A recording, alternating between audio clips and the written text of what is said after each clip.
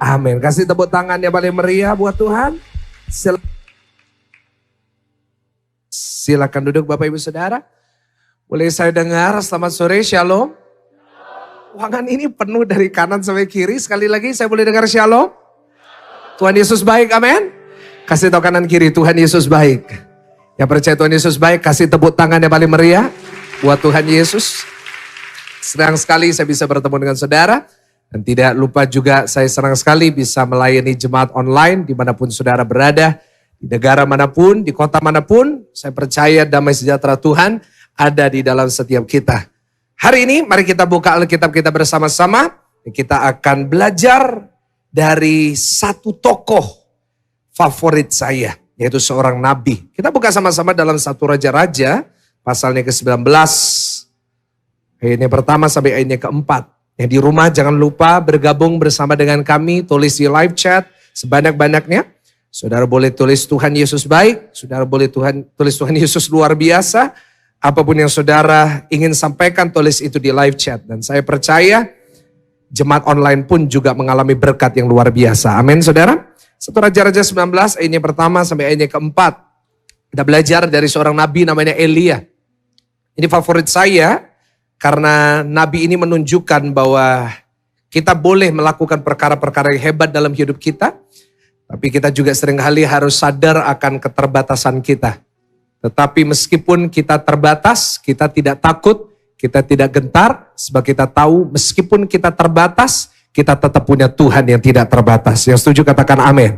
Ya kan?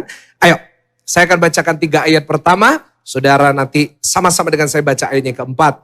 Dikatakan ketika Ahab memberitahukan kepada Isabel segala yang dilakukan Elia dan perihal Elia membunuh semua nabi itu dengan pedang. Maksudnya Elia baru saja membunuh 450 nabi Baal dengan pedang. Ayat 2 dikatakan maka Isabel, saya sebut Isabel saudara karena orang ini nyebelin banget ya kan saudara. Isabel menyuruh seorang suruhan mengatakan kepada Elia, beginilah kiranya para Allah menghukum aku. Maka lebih lagi daripada itu jika besok kira-kira pada waktu ini aku tidak membuat nyawamu sama seperti nyawa salah seorang dari mereka itu. Ayat 3 maka takutlah ia. Lalu bangkit dan pergi menyelamatkan nyawanya. Dan setelah sampai ke Beersheba yang termasuk wilayah Yehuda. Ia meninggalkan bujangnya di sana. Ayat 4 baca sama-sama dengan saya 1, 2, 3. Tetapi ia sendiri masuk ke padang gurun sehari perjalanan jauhnya. Lalu apa? Duduk di bawah sebuah pohon arar. Kemudian itu ia mati. Katanya sama-sama cukuplah itu sekarang ya Tuhan ambillah nyawaku sebab aku ini tidak lebih baik daripada. Percaya sama-sama dengan saya katakan amin. Bapak Ibu Saudara hari ini saya mau menyampaikan pesan Tuhan dengan judul tekanan yang membawa terobosan. Sama-sama dengan saya katakan 1, 2, 3 tekanan yang membawa terobosan. Hari ini Tuhan taruh dalam hati saya untuk membahas topik tentang tekanan. Dan saya akan mulai dengan berkata kepada saudara bahwa tekanan dalam hidup kita itu hal biasa. Sama-sama senggol kanan kiri, tekanan itu biasa. Ya kan? Setiap kita semua pasti menghadapi tekanan dalam kehidupan kita. Baik saudara seperti saya seorang hamba Tuhan. Baik saudara seorang businessman, baik saudara seorang ibu rumah tangga. Saudara seorang mahasiswa, saudara seorang yang masih sekolah. Kita semuanya menghadapi tekanan dalam kehidupan kita. Dan sekali lagi perlu saya ulangi supaya saudara nggak lupa, tekanan itu hal yang biasa. Tapi kalau kita tidak hati-hati, maka tekanan yang biasa ini bisa menghancurkan kehidupan kita. Seperti sudah kita baca di mana Elia, seorang nabi Tuhan yang hebat. Dia mengalahkan 450 nabi Baal. Tetapi dalam waktu 1 hari dia bisa berkata lebih baik aku mati. Semua karena tekanan. Nah saudara kita hari ini mau belajar gitu. Tentang tekanan. Dan saya yakin saudara mengerti maksud saya yaitu tekanan yang selalu menghimpit kita seringkali mengganggu. Dan saya tanya kepada Tuhan, Tuhan sebenarnya tekanan itu datang dari mana sih? Kenapa seseorang bisa ngerasa tertekan gitu? Jawabannya sederhana gitu. bahwa orang bisa mengalami tekanan atau dia bisa merasa tertekan. Akarnya adalah karena begitu banyak tuntutan di dalam kehidupannya yang harus dia pikul. Siapapun kita yang berada di ruangan ini termasuk saya, kita merasa ada tekanan dari semua sisi bahkan kadang-kadang. Kenapa? Karena begitu banyak tuntutan yang harus kita penuhi. Sebagai suami, sebagai istri, sebagai anak. Ada banyak tuntutan. Kita dituntut untuk seperti ini. Kita dituntut untuk seperti itu. Dan saya pun juga merasakan itu. Saya cukup merasakan tekanannya besar setiap kali saya mau naik ke atas mimbar. Saat saya duduk di kursi itu, saya mau naik. Ada tekanan di dalam batin saya. Kenapa? Karena ada tuntutan dari jemaat yang beda-beda. Setiap jemaat yang datang pasti punya tuntutan terhadap pendeta yang sedang berbicara di atas mimbar. Saya merasa ada tuntutan karena jemaat mungkin menuntut khotbahnya harus enak. Khotbahnya harus lucu. Khotbahnya harus sesuai dengan apa yang saya alami. Dan itu tekanan yang besar. Dan beberapa tahun di awal-awal pelayanan saya, tekanan itu hampir membuat saya mau berhenti. Karena setiap kali saya menyampaikan firman Tuhan, ada aja yang merasa dalam tanda kutip tidak diberkati. Tapi berjalannya dengan waktu, saya belajar bahwa kita nggak bisa menyenangkan semua orang. Setuju dengan saya?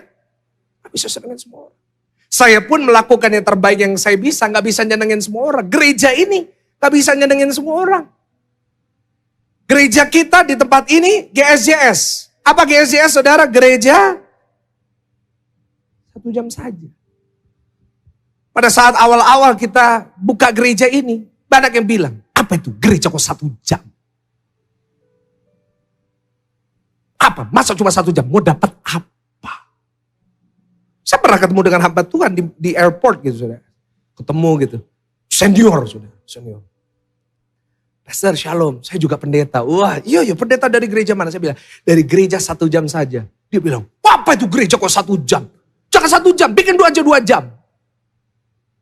Sekarang di tengah pandemi, gerejanya 1 jam, kita yang 2 jam. Sampai kadang-kadang saya mau ganti, GSJS bukan gereja 1 jam saja, tapi GSJS saya ganti, gereja 1,5 jam. Ada yang tepuk tangan, itu siapa tuh? Ini tepuk tangan juga. Tapi ada tuntutan gitu. Saya ngerasa tuntutannya cukup berat. Khotbahnya panjang. Kelihatan pendeta ini tambah tua. Khotbahnya tambah bulat, tambah lama. Khotbah pendek dibilang, kasihan terlalu banyak khotbah, gak ada bahan lagi tuh pendeta. Saya sekarang suka pakai dasi kan. Saya repot kalau pakai dasi dibilang, pendetanya kuno kayak gereja lama. Gak pakai dasi dibilang gak menghormati sabda Allah.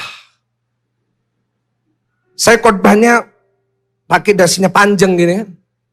Lihat pendetanya kuno, dasi kepanjangan. Saya pakai pendek pernah gini. Pendeta kayak badut nih. Jadi saya belajar gitu ya. Aduh, kita gak bisa nyenengin semua orang. Tapi kita gak bisa lari dari fakta itu bahwa kita semuanya hidup dalam berbagai macam tuntutan gitu. Suami-suami dituntut sebagai seorang kepala keluarga harus menyediakan kebutuhan keluarganya. Belum lagi anak sekolah luar negeri, belum lagi istrinya minta tas, minta sepatu. Aduh, tuntutan sangat berat. Ibu-ibu, wah tuntutannya makin berat.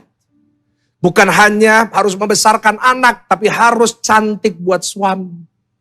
Setiap hari facial, gosok terus. Saya khawatir sekali saya digosok lepas itu saudara, setiap hari digosok. Waduh, bulu mata palsu, alis palsu, hidung palsu, semua saya nanti khawatir kita bingung yang asli mana, yang palsu yang mana yang di mukanya gitu kan. Kalau salon, rambutnya berkembang-kembang. Sebelah jambulnya 12 cm, saya minta 14 cm saya. Sampai kalau lewat portal rumah itu nunduknya gak tahu gimana itu. Tapi kita dituntut. wah, whitening, slimming. Why? Tuntutan. Stres nggak? Stres. Sebagai anak-anak muda banyak yang dituntut. Wah, saya mulai lihat di sosial media. Oh, kalau kamu umur 25 harus punya uang segini. Umur 30 harus punya uang 1M. Emang ember 1M? Umur 40 harus punya ini, harus punya ini. Tuntutan begitu banyak. Terutama saya lihat banyak anak-anak muda. Tuntutan harus ini, harus itu, harus ini, harus itu. Apa yang terjadi? Stres. Tekanan begitu banyak dan akhirnya kita jadi tertekan gitu dalam hidup kita. Kita dituntut harus menjadi orang tua yang baik. Dan tuntutan-tuntutan itu seringkali bukan membuat hidup kita makin baik, tapi justru bisa-bisa membuat kita semakin stres. Tertekan jiwanya. Itulah yang terjadi kepada Elia. Dia mengalami tekanan yang begitu berat. Dia dituntut menjadi nabi. Dia harus jadi nabi, dia harus jadi tentaranya Tuhan, melawan nabi-nabi Baal. Bukan hanya itu, dia harus jadi manusia. Kita gak boleh lupa. Kita juga seringkali harus jadi manusia loh. Buat pendeta juga ada lagunya. Pendeta juga manusia itu. Karena kita gak boleh lupa. Selain kita bekerja, selain kita pelayan Tuhan, selain kita menjadi suami, jadi istri, kita juga harus jadi manusia gitu. Keperluan kita perlu diisi. Ada kebutuhan-kebutuhan yang harus kita penuhi dalam diri kita. Tapi karena tuntutan yang begitu banyak, kita nggak merasa kita ini bisa memenuhi kebutuhan manusiawi kita. Apa yang terjadi? Elia berkata, Tuhan lebih baik aku mati aja Tuhan. Kalau gini terus, just take me gitu. Ambil aja aku. Ada yang ngerasa kayak gitu kadang-kadang. Karena begitu banyak tuntutan demi tuntutan dalam kehidupan kita sehingga kita merasa tertekan. Elia berkata, kill me, just let me die, biar aku mati gitu. Padahal baru saja dia mengalahkan 450 nabi Baal. Padahal dia adalah seseorang yang beribadah, dia seseorang yang ke gereja, dia seseorang yang melayani Tuhan. Tapi dia bisa di satu titik sehingga dia bilang lebih baik aku mati. Nah ini bahaya. Karena pesan saya, orang ke gereja tidak kebal dengan tekanan. Orang dekat Tuhan tidak kebal dengan tekanan, termasuk yang sedang bicara. Tapi sekali lagi saya tampilkan judul dari khotbah saya. Tekanan yang membawa terobosan. Karena kita orang percaya meskipun kita tertekan, bukan kita hancur, tapi kita tertekan semakin melejit, melihat mujizat-mujizat Tuhan terjadi dalam hidup kita. Terobosan. Kita tidak kalah dengan tekanan, yang setuju katakan amin. Kita tidak hancur di bawah tekanan, tapi justru kita akan keluar sebagai lebih dari. Nah, tapi untuk kita bisa mengatasi tekanan, kita harus terlebih dahulu belajar kenapa kita bisa ngerasa tertekan. Kenapa orang Kristen pun bisa ngerasa tertekan gitu. Nah, yang pertama, ayo kita belajar sama-sama ya dari Elia. Kenapa kok dia bisa merasa tertekan? Sampai stres, sampai dia bilang mau mati rasanya. Padahal seorang yang luar biasa. Ayat 10, 1 Raja-Raja 19 ayat yang ke-10. Baca sama-sama dengan saya, 1, 2, 3. Jawabnya apa saudara? Aku bekerja segiat-giatnya bagi Tuhan Allah semesta alam karena orang Israel meninggalkan perjanjianmu. Meruntuhkan mezbah-mezbahmu dan membunuh nabi-nabimu dengan, perhatikan titik koma ini. 1, 2, 3. Hanya aku seorang dirilah yang masih hidup dan mereka ingin mencabut. Perhatikan yang pertama, kenapa kita bisa ngerasa tertekan dalam hidup kita? Karena yang pertama, kita belajar dari Elia karena dia merasa sendirian. Ulangin sama-sama dengan saya, dia merasa apa saudara? Tulis di live chat. Elia merasa sendirian. Ayat 10 dikatakan, aku udah kerja segiat-giatnya buat Tuhan. Aku udah pelayanan, aku udah ngelakuin semuanya buat Tuhan. Aku udah membunuh 450 nabi Baal, aku udah melakukan pekerjaan Tuhan. Tapi hanya aku seorang diri saja. Yang pertama, apa yang membuat kita tertekan? Merasa sendirian. Saudara, merasa sendirian itu kondisi yang sangat berbahaya. Oh bahaya, bahaya. Belum tentu kita sendirian, tapi merasa sendirian, itu lebih bahaya lagi. Kenapa? Karena orang yang merasa sendirian berada dalam situasi di mana setan itu gampang sekali mengintimidasi orang itu. Kalau orang ngerasa sendirian, setan itu gampang masuknya. Intimidasi. Gak ada yang peduli sama kamu. Istrimu aja gak ngurus. Anak-anakmu aja gak ngurus kamu. Gak ada yang mau kerja sama kamu. Orang yang ngerasa sendirian, gampang diserang sama setan. Karena itu, ada satu kisah di dalam Injil, di mana Yesus lagi jalan ke Gerasa. Di Gerasa, Yesus bertemu dengan seorang yang kerasukan setan. Dan kebiasaan orang kerasukan setan, selalu orang ini dibawa ke tempat menyendiri. Gitu. Nanti saudara baca kisah di Gerasa, saudara Google nanti. Di mana orang ini selalu dibawa sendiri. Kenapa? Karena setan tahu kalau seseorang dibawa dalam kondisi sendirian, gampang diserang. Iya, gampang diserang. Kenapa? Karena dalam kesendirian, setan bisa dengan gampang mengirim pesan-pesan di otak kita. Yang membuat kita makin tertekan. Udah ngadepin masalah, diintimidasi lagi. Aduh. Pernah ada di sini yang lagi sakit gitu terus tiba-tiba setan bilang, lihat kamu dihukum sama Tuhan karena dosamu. Ada yang pernah habis kehilangan uang terus tiba-tiba saudara udah kena masalah. Terus tiba-tiba ada suara dalam pikiran saudara, lihat karena kamu ini, karena kamu itu. Itu setan. Kenapa kita bisa diserang sama setan? Karena kita merasa sendiri gitu. Nobody cares about me, nobody understands me, nobody is with me. Oh, dan ini sangat berbahaya. Dalam posisi saya sebagai gembala, saya menerima banyak counseling, saya menerima banyak permohonan doa dari jemaat yang saya gembalakan. Satu hal yang saya perhatikan adalah banyak orang berada di rumah penuh dengan orang, tapi dia merasa sendirian. Dia punya orang tua, punya suami, punya istri, dia punya anak gitu. Tapi tetap ngerasa sendiri. Suami-suami ngerasa kayak, aduh kok gak ada yang ngerti aku ya. Kok rasanya aku ini berjuang buat keluarga ini sendirian gitu. Istri merasa aku ini udah ngerjain semua, kok gak ada yang terima kasih, gak ada yang peduli sama aku. Ah itu setan. Bahaya, hati-hati. Dia akan merasa bahwa gak ada orang yang ngerti tekanan yang dia hadapi. Nobody knows the trouble I've seen. Dan itu strateginya iblis hari-hari ini. Dia akan membuat saudara ngerasa gak ada yang peduli dengan saudara. Dia akan membuat saudara merasa gak ada yang ngerti, gak ada yang dukung saudara, gak ada yang menemani saudara, sehingga saudara ngerasa lebih tertekan. Itu strateginya iblis. Kenapa? Karena hari-hari ini iblis udah kehabisan strategi. Iblis itu udah gak zaman iblis nyerang kita pakai sosok suster ngesot. Kenapa? Dia bingung orang Kristen, dia suster ngesot bayar 100.000. Kalau premier 200.000. Heran kan? Orang Kristen gitu kan. Ada film setan gitu, KKN gitu kan.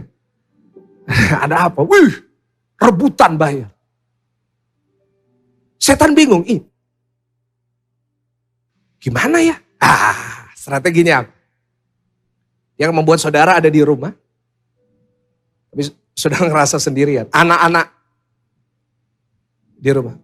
Orang tuaku gak bisa ngerti aku. Orang tuaku gak ngerti yang aku rasain. Akhirnya apa? Larinya kemana? Seks bebas. Mana? Narkoba. Lari ke berbagai macam outlet. Kenapa? Karena merasa sendirian. Bahaya. Dia akan membuat saudara merasa bahwa saudara ini sendirian. Gak ada yang ngerti perasaan saudara. Saudara sendiri yang ngalamin semua ini. Dan saudara adalah orang yang paling malang di dunia. Itu setan. Tapi dengar saya baik. Itulah sebabnya Tuhan Yesus memberikan namanya sendiri. Firman Tuhan berkata, ia akan disebut Apa arti Immanuel? Tolong jawab. Dia beserta dengan kita. Kenapa? Karena Tuhan tahu bahwa seringkali hari-hari ini saudara akan ngerasa saudara sendiri. Tetapi dia berikan namanya Immanuel.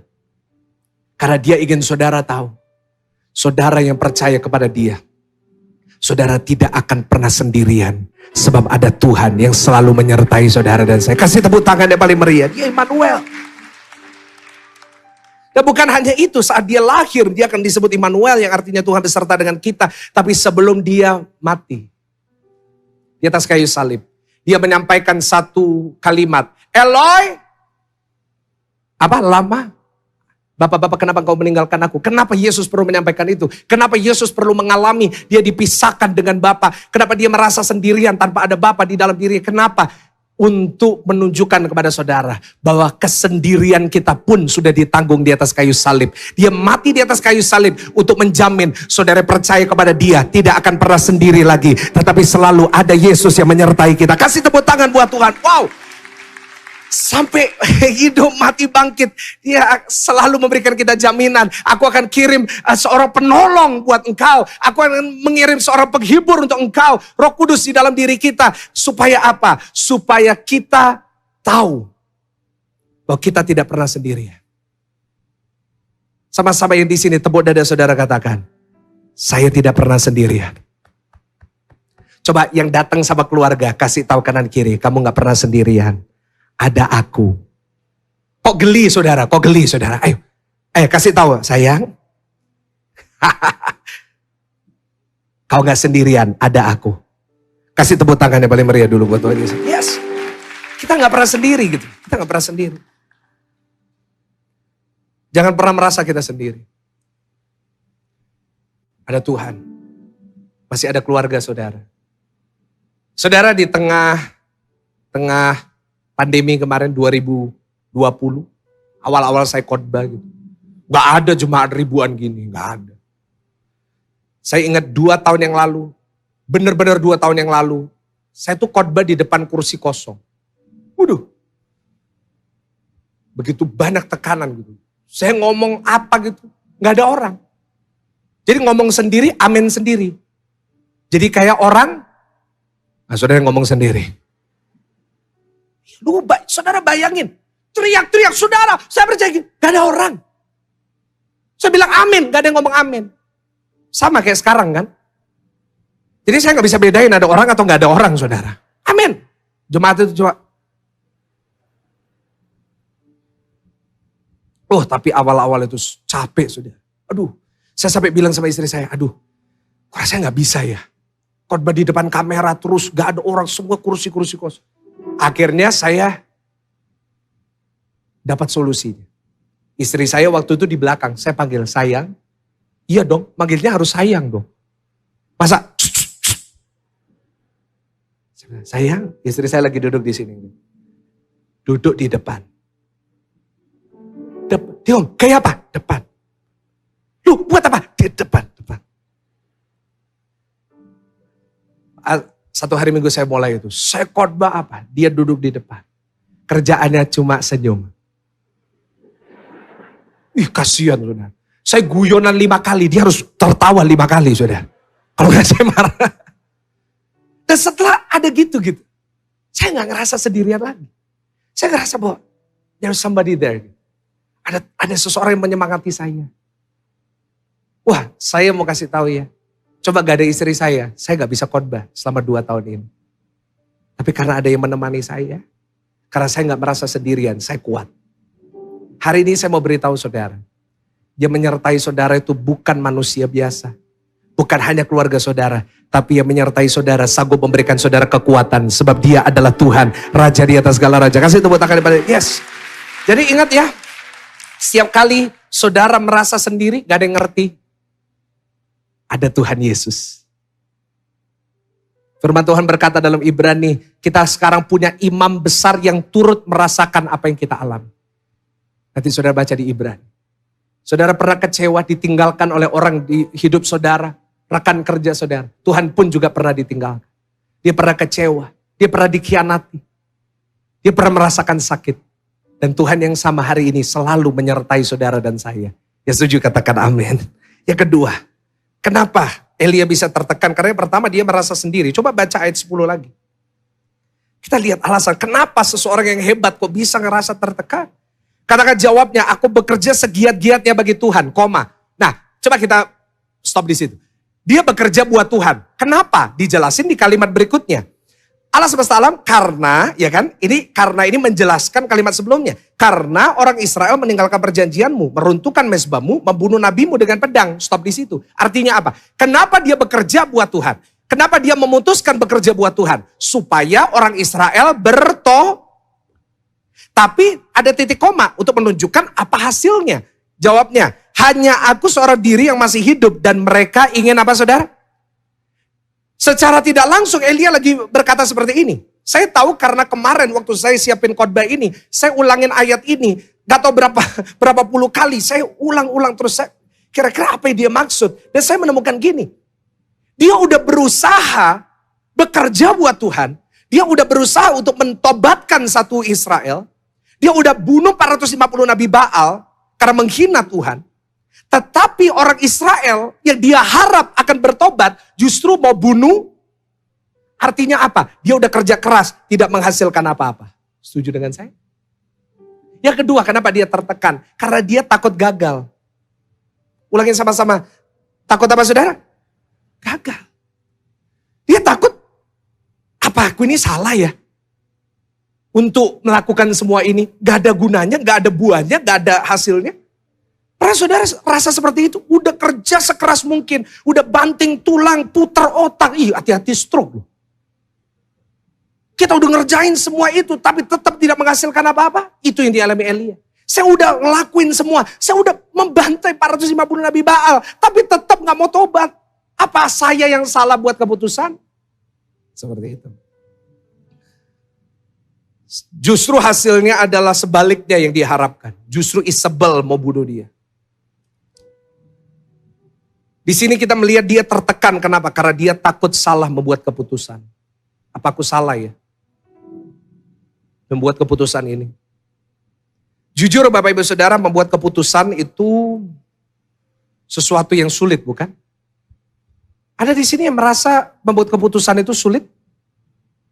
Oh cuma saya ya? Saudara buat keputusan gampang langsung gitu saudara ya. Tapi kalau saya sulit keputusannya. Gak usah yang besar-besar. Istri saya itu loh sering tanya ke saya setiap hari. Satu pertanyaan yang sulit. Apa? Mau makan di mana? Mau makan di mana? Saya juga sering tanya sama dia. Mau makan mana? Jawabannya selalu, nah saudara juga berarti ya. Oh jadi pendeta dan jemaat sama aja ya masalahnya hidup.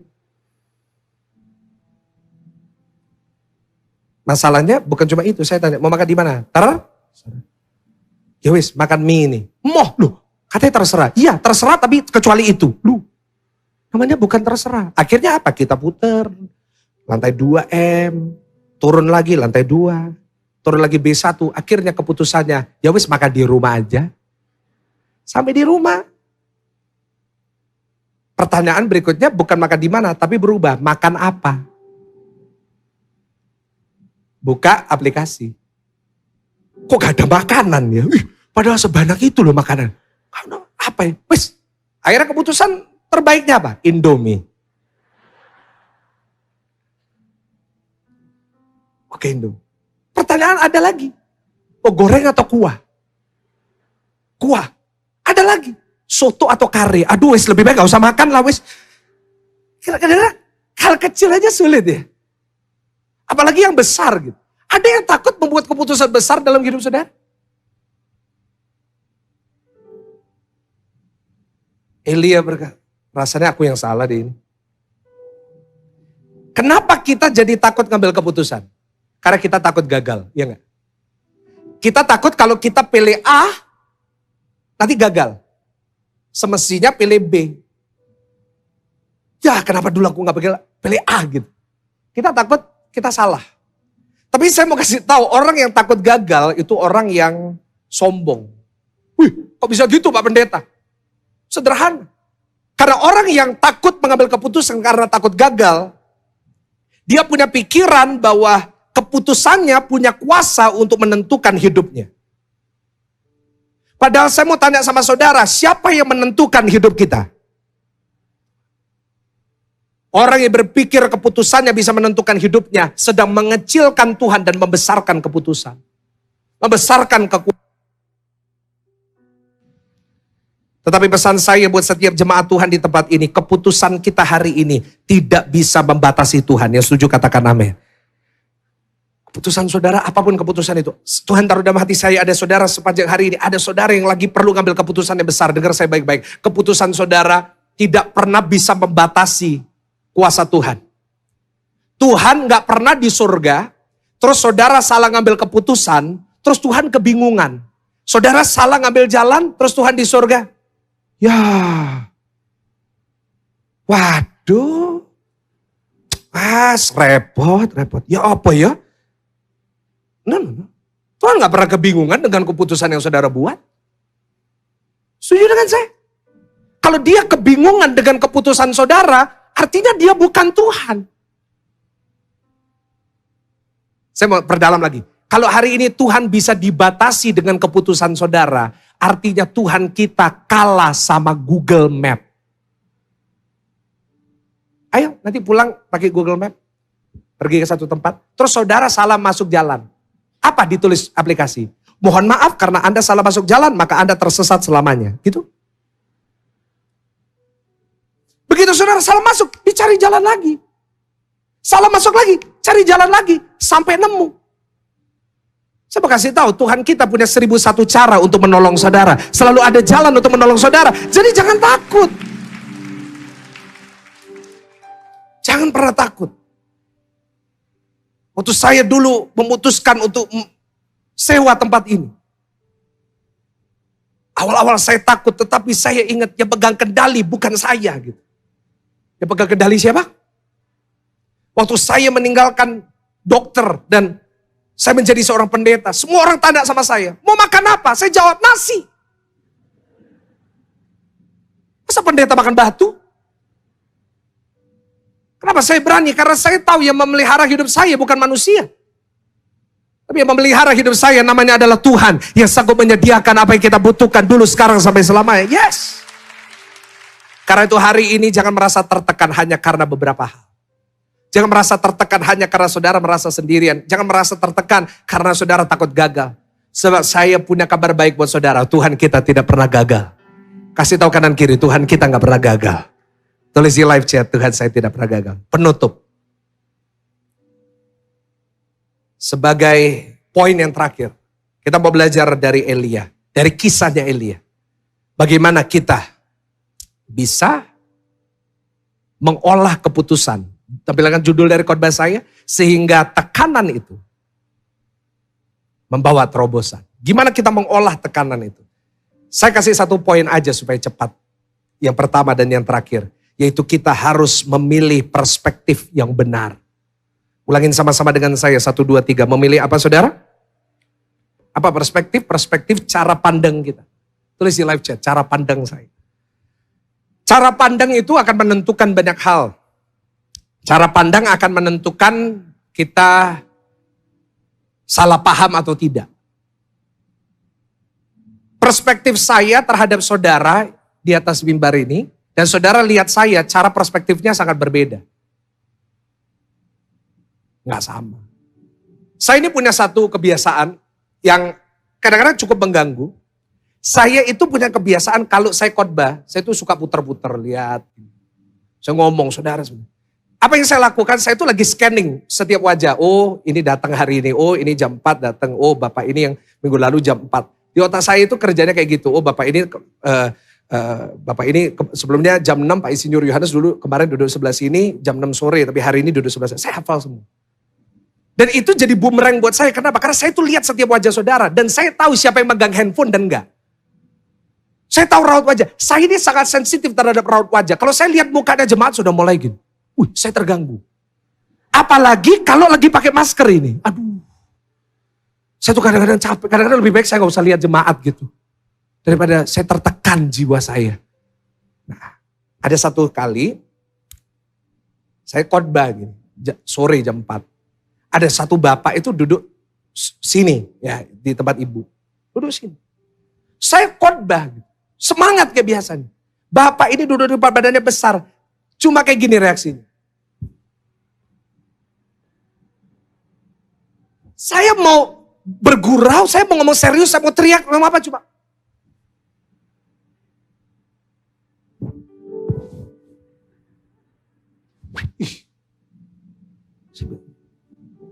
Karena dia duduk di sini, saya ngomong sama sini terus.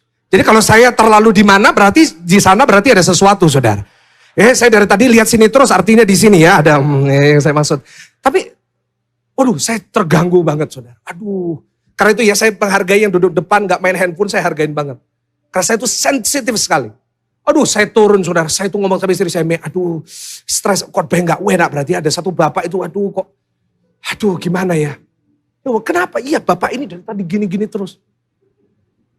Tiba-tiba saya lagi ngomong sama istri saya di ruangan saya. Bapak ini ngedor.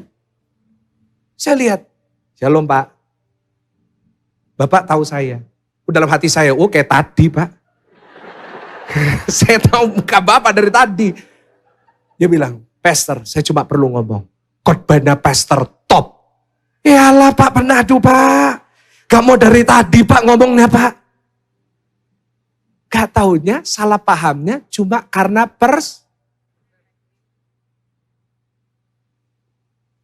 cuma masalah Saya lihat jemaat online.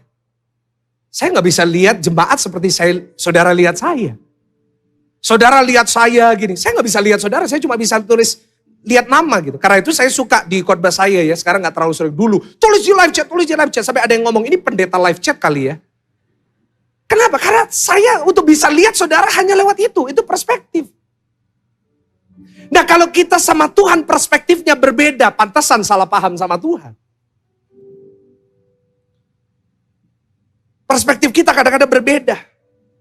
Kenapa? Memang cara pandangnya berbeda. Ada satu lagu, semua baik. Lanjut. Jujur ya. Kita ngomong apa adanya ya, gembala dengan jemaat ya. Coba jujur, apakah semua baik dalam hidup kita? Ya ada yang malu-malu. Enggak sih Pak Pendeta. Ayo coba jujur kita ngomong apa adanya. Semua baik dalam hidup kita? Enggak, saya pun juga ngerasa enggak semua baik dalam hidup saya. Tapi kenapa kita nyanyikan semua baik? Semua baik karena itu cara pandang Tuhan. Cara pandang kita enggak baik, kenapa? Kita masih pakai cara pandang manusia. Tapi saya mau tunjukkan sama saudara, bagaimana kita bisa punya perspektifnya Tuhan. Yaitu, saya catat, harus pakai kacamatanya Tuhan. Apa? Kalau saya nggak pakai kacamata, saya nggak bisa lihat siapapun dari saudara yang hadir. Nggak ada satupun yang saya tahu. Saudara seperti bayangan-bayangan yang nggak jelas gitu. Kenapa? Karena mata saya ada kekurangan, ada keterbatasan. Kalau kita sebagai manusia, kita selalu melihat segala sesuatu dari cara pandang kita yang terbatas ini, semuanya pasti nggak jelas. Kita lihat masalah juga nggak jelas. Setuju dengan saya? Tapi saat kita pakai kacamatanya Tuhan, jadi jelas. Pak Yon duduk di belakang sebelah kanan. Ada Pak Charles duduk di sebelah kanan saya. Saudara jadi takut ya, saya jadi tahu semua. Ada Bapak Insinyur Hannes Trisno di sebelah sana, ada Pak Antonius Andrew di sebelah sini, hafal semua saya sudah. Ada Pak Jeffrey di sebelah sana, jelas. Kenapa? Pakai kacamata. Sehingga keterbatasan saya dibantu. Pak Bu, sorry ya, kalau kita nilai semua dalam hidup kita pakai cara kita yang terbatas, semuanya pasti gak baik. Tapi coba kacamatanya Tuhan bisa kelihatan di mana? Kejadian 50 ayat 20. Ayat-ayat terakhir. Pemain musik silakan naik. Kejadian 50 ayat yang ke-20. Kejadian 50 ayat yang ke-20. Ayo. Sama-sama baca dengan saya. 1, 2, 3. Memang kamu telah mereka-rekakan yang jahat terhadap aku. Tetapi apa saudara? Allah telah mereka-rekakannya untuk apa saudara? Kebaikan. Dengan maksud melakukan seperti yang sekarang ini. Yakni memelihara hidup suatu bangsa besar. Apa perspektifnya Tuhan? Perspektifnya Tuhan, apapun yang dia lakukan, pasti mendatangkan kebaikan. Semuanya. Karena itu kita bisa nyanyi, semua baik, semua baik, semua baik. Kenapa? Karena di mata Tuhan, segala sesuatu pasti baik. Yang setuju katakan amin. Karena itu jangan kita pakai cara pandang kita yang selalu lihat yang buruk. Karena jujur dalam setiap situasi pasti ada baik dan pasti ada buruknya. Pernikahan kita pasti ada baik dan ada buruknya. Pekerjaan kita pasti ada baik dan buruknya. Masalah boleh datang, persoalan boleh datang, tetapi perspektif kita yang akan menentukan bagaimana kita lihat sesuatu. Kalau perspektif kita selalu melihat yang buruk, apa yang terjadi? Selalu buruk semua. Semua buruk, semua buruk. Tapi kalau perspektif kita selalu melihat yang baik, saya percaya semua jadi baik. Kenapa? Karena kita punya Tuhan yang selalu mendatangkan kebaikan. Yang setuju katakan amin. Jangan selalu fokus dengan kekurangan. Sehingga kita lupa bersyukur untuk kelebihan yang kita miliki. Firman Tuhan gak pernah mengajarkan kepada kita bahwa semua akan selalu baik. Firman Tuhan berkata dalam Roma 8 ayat 28 bahwa Allah turut bekerja dalam segala sesuatu untuk mendatangkan kebaikan. Bukan semua baik di mata kita. Tapi Allah turut bekerja dalam segala baik maupun buruk. Dia bekerja. Tetapi pada akhirnya kalau kita lihat dari kacamata Tuhan, kita tahu baik atau buruk tetap mendatangkan yang baik. Sebab firman Tuhan berkata manusia boleh mereka-rekakan yang jahat. Tapi Tuhan mereka-rekakannya untuk kebaikan kita. Elia berkata, aku sendirian, hanya aku sendiri saja. I'm just alone, I'm just all alone. Tapi coba lihat 1 Raja-Raja 19 ayat 18 dikatakan apa? 1 Raja-Raja 19 ayat ke-18. Tapi aku akan meninggalkan 7.000 orang di Israel. Yakni semua orang yang tidak sujud menyembah Baal dan mulutnya tidak mencium dia. Menurut perspektif Elia, dia sendirian. Tapi di mata Tuhan ada berapa? 7.000. Tapi karena Elia terlalu fokus dengan kesendiriannya, Elia terlalu fokus dengan persoalannya, Elia terlalu fokus dengan kelelahannya, dia berkata hanya aku seorang diri padahal ada 7.000. Kalau saudara fokus dengan persoalan terus, yang buruk, saudara pikir terus, kita nggak akan pernah bisa lihat kebaikan Tuhan. Kita bangkit berdiri baca ayat terakhir, 1 Raja-Raja 19 ayat yang ke-6. 1 Raja-Raja 19 ayat yang ke-6. Sebentar lagi kita akan selesai. Ketika ia melihat sekitarnya, maka pada sebelah kepalanya ada roti bakar dan sebuah kendi berisi air. Lalu ia makan dan minum, kemudian berbaring pula. Perhatikan kalimat pertama, ketika ia melihat apa saudara? Ini bicara perspektif. Elia tidak bisa lihat Tuhan menyediakan apa yang dia butuhkan di sekitarnya. Kenapa? Karena dia terlalu fokus kepada persoalannya. Aku sendiri, gak ada yang peduli dengan aku. Semua orang mau bunuh aku. Semua orang menginginkan sesuatu daripada aku. Aku capek Tuhan, aku capek, lebih baik mati. Dia terlalu fokus kepada dirinya yang sedang menderita. Padahal di sekitarnya Tuhan sudah sediakan apa yang dia butuhkan. Dia lupa, dia menjadi lupa bahwa beberapa minggu sebelumnya di saat tidak ada hujan di negeri itu di Israel, Tuhan mengirim burung gagak untuk memberikan dia makan. Dia lupa bahwa di sekitarnya ada makanan dari yang gak ada menjadi ada. Hanya karena perspektif yang salah. Kalau hari ini kita terus fokus dengan apa yang tidak ada, maka kita akan lupa dengan apa yang ada. Apa yang ada dalam hidup saudara? Coba lihat sekitar saudara. Saudara masih punya istri, saudara masih punya suami, masih punya orang tua, masih punya anak, masih punya tangan, masih punya kaki. Bukankah itu sesuatu? Kenapa kita selalu berkata, aku gak punya apa-apa, padahal Tuhan sudah begitu baik kepada kita. Padahal Tuhan sudah begitu sayang kepada kita, diberikan nafas kehidupan. Mata kita masih bisa melihat, mulut kita masih bisa berbicara, telinga masih bisa mendengar. Kenapa kita berkata gak ada apa-apa? Kenapa? Karena fokus kita selalu dengan apa yang tidak ada, bukan kepada yang ada. Hari ini selama perspektif saudara adalah perspektif manusia yang melihat yang tidak ada, percayalah sampai kapanpun tidak akan pernah ada terobosan terjadi dalam hidup. Tapi kalau hari ini kau memutuskan, aku akan melihat cara Tuhan melihat. Aku akan melihat bahwa semua baik karena Tuhan yang menyediakan. Maka saya percaya di tahun ini ada terobosan besar yang Tuhan akan sediakan dalam kehidupan saudara. Percaya, berikan tepuk tangan yang paling. Perspektif Tuhan adalah Tuhan mengizinkan tekanan bukan untuk menghancurkan kita. Tapi Tuhan mengizinkan tekanan terjadi dalam hidup kita untuk mempromosikan kita. Tekanan hanya akan membawa kita kepada level berikutnya. Tekanan hanya akan membawa kita kepada musim berikutnya dalam hidup kita.